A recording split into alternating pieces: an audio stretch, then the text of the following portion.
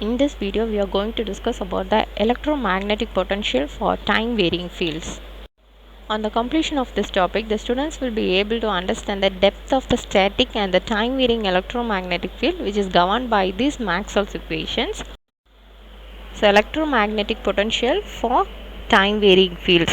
So, here in the case of static electric field means the electric scalar potential, we can write it as V is equal to integral of V rho V divided by 4 pi epsilon into R into dV.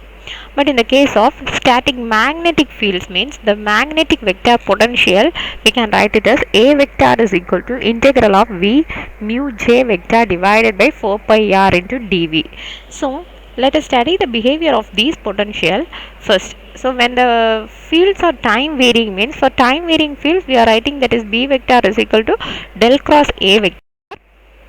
and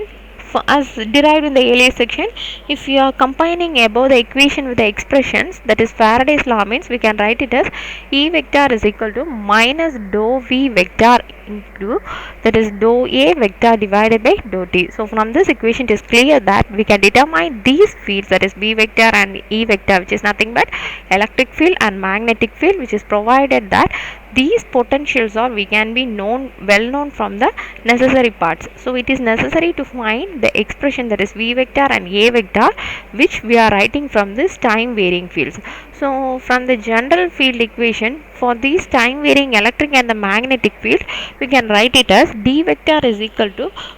epsilon into E vector, and also del dot D vector is equal to rho V vector. By taking this divergence of these two equations, we can write the relationships as that is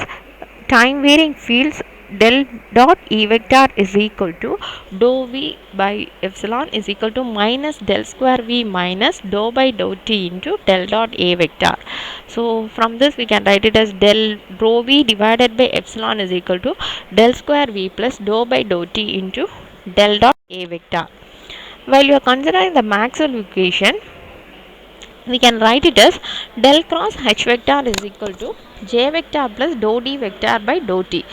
where we know that is B vector is nothing but mu into H vector and D vector is nothing but epsilon into E vector, and B vector is equal to del cross A vector. So substituting all those things in the equations, we will be getting that 1 by mu into del cross A vector is equal to J vector plus epsilon into dou E vector divided by dou T. So while substituting the above parts, that is del cross A vector becomes mu J vector plus epsilon into mu into dou by dou T into minus dou V into dou A vector by dou T. So while taking the vector quantity from this equation, that is we know that is del cross A vector is equal to mu J vector plus epsilon mu minus dou by dou T, that is minus of del V minus dou A vector by dou T. And if we are rewriting these equation, we get it as del into del cross A vector minus del square A vector equal to mu into J minus mu epsilon del into dou V by dou T minus mu into epsilon into dou square A vector divided by dou T square. So from this equation, if you are taking the negative parts along the one side, we will be getting as del square A minus del into del dot A minus mu into J plus mu into epsilon dou minus dou V divided by dou T plus mu into epsilon into del square A by dou T square.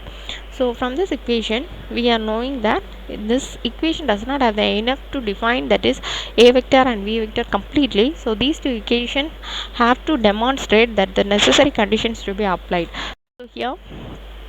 from this we are be specifying that is in general any vector field we are uniquely defining means then we have to apply the curl and the divergence, and the value of this should be known at every instance, so that the curl of this A vector which we are specifying can be write it as del dot A vector is equal to minus mu into epsilon into dou V vector by dou T. So from this equation we have the relationship between the A vector and V vector, which we call it as Lorentz conditions for potentials, or also using these Lorentz equation, that is del square V plus dou by dou T into minus mu of epsilon into dou V by dou T is equal to rho V by epsilon. So taking the negative parts, we can be calculating the Lorentz equation. So finally we will be getting that is del dot A vector is equal to minus mu into epsilon into dou V by dou T. Then that is del square v plus dou by dou t. Substituting the remaining part, we will be getting minus mu into epsilon to dou p by dou t equal to minus rho v divided by epsilon.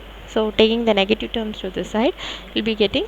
multiplying on both the sides, del square v minus dou by dou t into mu into epsilon to dou v by dou t is equal to minus rho v by epsilon.